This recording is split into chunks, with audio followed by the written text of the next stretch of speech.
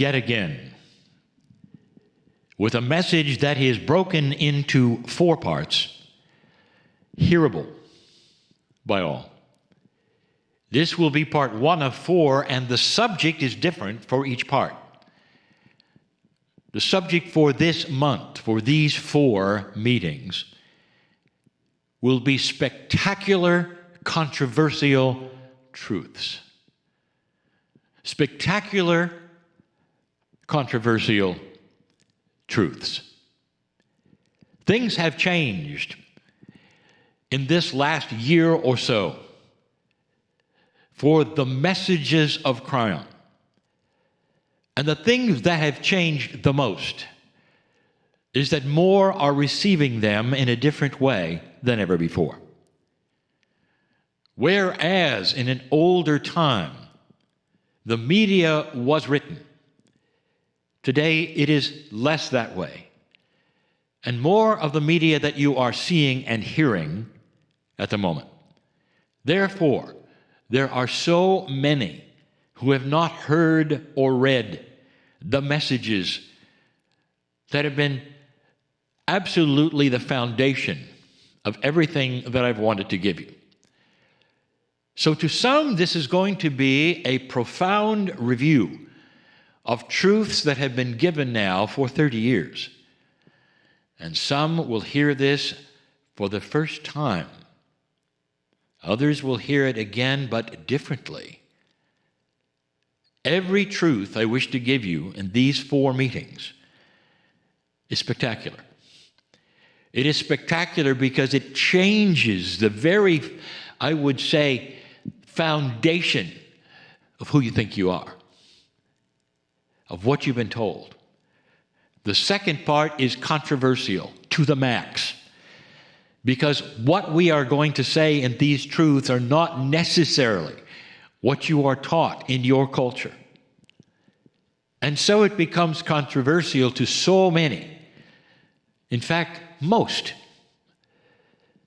And the third is, it's a truth. Dripping with love, compassion, reality, it's a truth.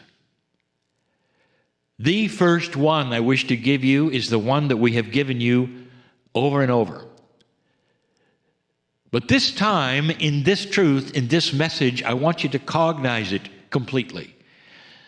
If you wish to, if you can. This spectacular truth is this: the creative source of your soul, that which you call God or Spirit, whatever name you have given, this planet of yours believes in this creative source, this God, universally almost. 80% or more of humanity believes in the afterlife. They understand that there is a soul, that there had to be a creative source of that soul. And then here come all of the doctrines that talk about how this works, how to worship it. What does God think about all these things? And there becomes a setup for a relationship or not, or knowledge, perhaps, of the creative source.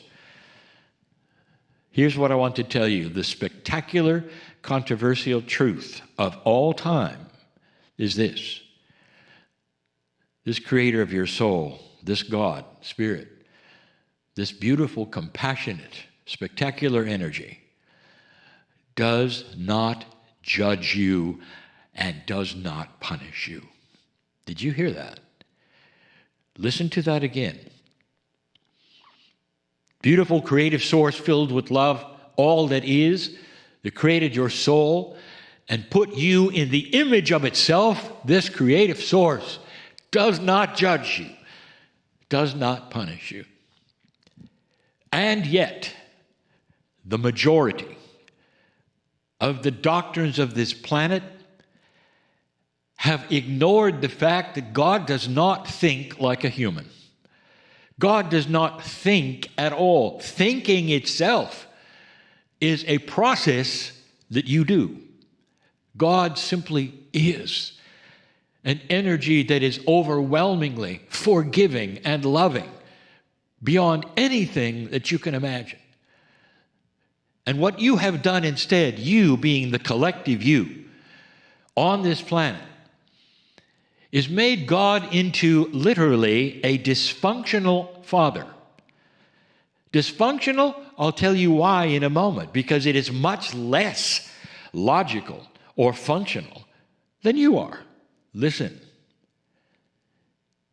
You've had this beautiful source creator, according to the doctrines of the planet, so many of them, put you on this planet almost as babes in the woods, give you instructions, back away, and then according to your doctrine, humanity has done something wrong. It did not obey the instructions. And so immediately, this free choice you've had has been judged according to your doctrine. Not only has that free choice been judged, but punished. So therefore, because of a dysfunction, you might say, of one or two humans in your doctrine, in the front of your story, all humanity is then going to be sent and punished to bad places. Unless, of course, you do something. And that something is then hooked to what you call the belief in masters or the belief in processes or things. So if you do certain kinds of things, you can escape the punishment. This is what you're being told and what you've always been told. Not only that, if you don't do these things, this beautiful creator of your soul, built in your image, is going to then take you to a horrible place, give you over to a devilish idea of being tortured every day, burned alive, skinned. You think that I'm making this up? Just take a look at the paintings in some of your churches depicting this. How do you make that? How do you think that makes the children feel who go into the chapels and see these paintings of the horror if they don't behave? I'm going to ask you yet again, do you think this came from God or do you think this came from men? And the answer is obvious. It's not even spiritually logical that God would set you up to punish you. Controversial? Oh yes, because it flies in the face of almost all of the doctrines that you've ever had. Almost all of them. You better behave. It almost equates to a dysfunctional father, and that is this. As parents, Mom, let me ask you, how much do you love your children? The love of a parent for a child is the greatest love that is on the planet. It just is. Mom, if your child makes a mistake, what do? You pick them up, you wipe their tears, they try again, you give them the instructions again and again. Even a wayward child, even one who hasn't listened and goes off to do things that are awful for their lives, you love them anyway. You don't take them and look them in the eye and say, well, you failed, and because of that, I'm going to torture you now. I told you. You don't do it. Did you think the creator of the universe would do it? There are even so many stories and so many scriptures and so many allegories trying to give you the information. The prodigal son, the story, the parable, where you have one son does everything right, one son does everything wrong, and then when they get home, the father gives both of them the same party, basically. What does that tell you about that creator? Loved beyond measure, no matter what. There are those humans who will say, wait a minute, there's got to be a price to pay if you're a bad person. I will tell you this, in this 3D world, as human beings, in your societies, there is, and then you handle it the way you do. But there is a grander plan that has nothing to do with what you do with free choice on the consciousness of this planet. There is a plan. There are other experiences to come in some of the other channels I'm going to give you that show you that there's a cycle here. There are ways of working the puzzle between dark and light, without punishing and torturing every soul who is here who doesn't do something right. I say it again. The biggest, spectacular truth. You are loved beyond measure. You deserve to be here. Did you hear that?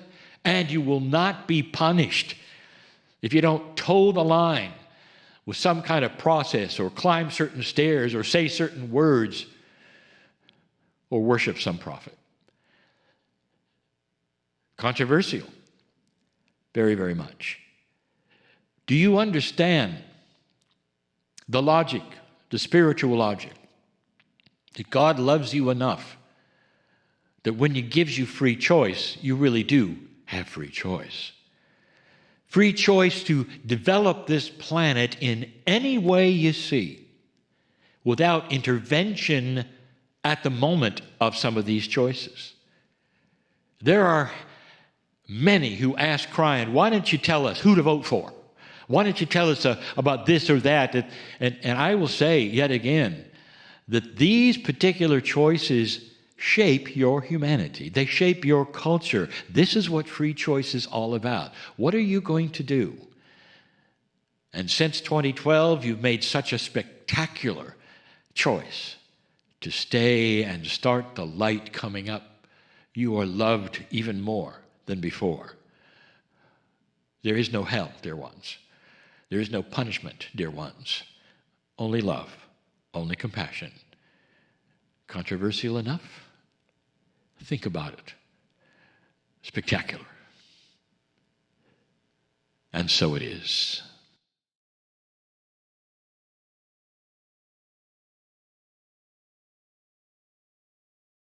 And very gently, in your own time, you may slowly open your eyes if you've had them closed.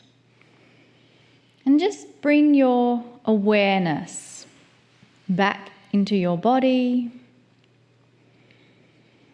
back into the room.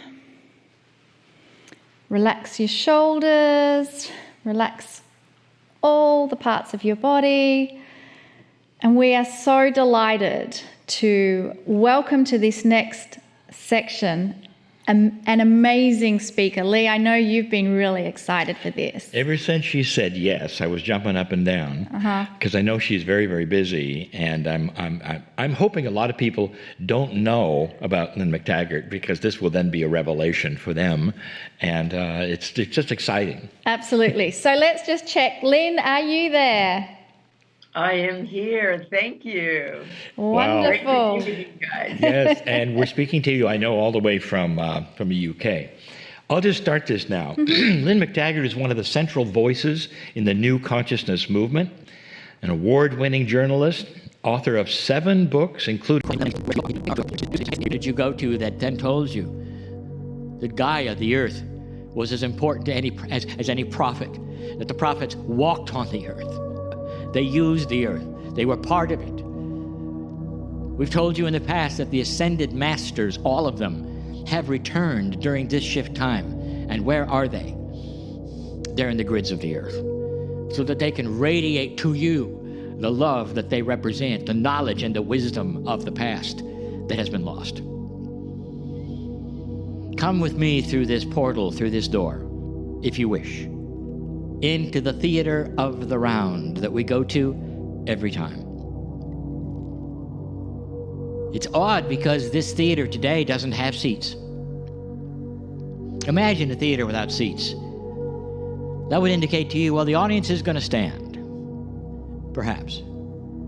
Make your way down the stairway through that standing area and climb the steps up onto the stage yet again. It's lit fully. There's a chair in the middle of it, and the chair is for you.